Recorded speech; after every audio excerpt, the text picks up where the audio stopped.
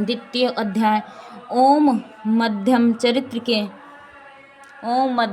के विष्णु ऋषि महालक्ष्मी देवता उष्ण की छंद शाकंभरी शक्ति दुर्गा बीच वायु तत्व और यजुर्वेद स्वरूप हैं। श्री महालक्ष्मी के प्रसन्नता के लिए आज मध्यम चरित्र के पाठ में इसका विनियोग है। मैं कमल के आसन पर बैठी हुई प्रसन्न मुख वाली महिषासुर मर्दिनी भगवती महालक्ष्मी का भजन करता हूँ, जो अपने हाथों में अक्षमाला, फरसा, गदा, बाण, वज्र, पद्मा, धनुष, कुंडिका, दंड, शक्ति, खड़क, ढाल, शंख, घंटा, मधुपात्र, शूलपाश और चक्र धारण करती है। वह पूर्व काल में देवताओं और असुरों में पूरे 100 वर्षों तक घोर संग्राम हुआ था। उसमें असुरों का स्वामी महिषासुर था और देवताओं के नायक इंद्र थे। उस युद्ध में देवताओं की सेना महाबली असुरों से परास्त हो गई। संपूर्ण देवताओं को जीतकर महिषासुर इंद्र बन बैठा।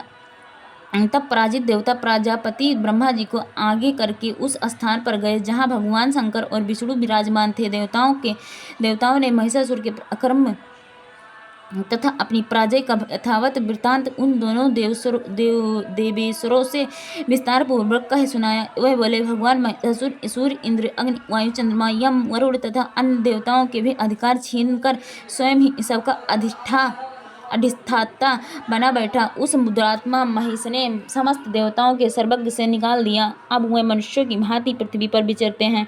दैत्यों की यह सारी करतूत हमने आप लोगों से कह सुनाई। अब हम आपकी ही शरण में आए हैं, उसके वध का कोई उपाय सोचिए।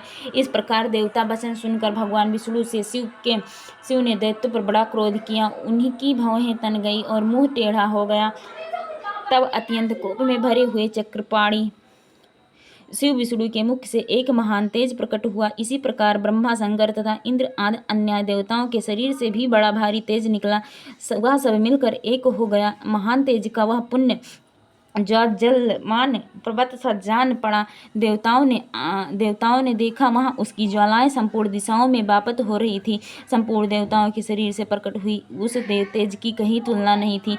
एकत्रित होने पर वह एक नारी के रूप में परिणित हो गया और अपने प्रकाश से तीनों लोकों में व्याप्त जान पड़ा। भगवान शंकर का वह जो तेज था, उससे उस देवी का मुख प्रकट हुआ। यमराज के तेज से उसके सिर में बाल निकल आए। श्री विष्णु भगवान के तेज से उसकी भुजाएं उत्पन्न हुई। चंद्रमा के तेज से दोनों स्तनों का और इंद्र के तेज से मध्य भाग के कट प्रदेश का प्रादुर्भाव हुआ। वरुण के तेज से जंघा और पिंडली तथा पृथ्वी के तेज से नितंब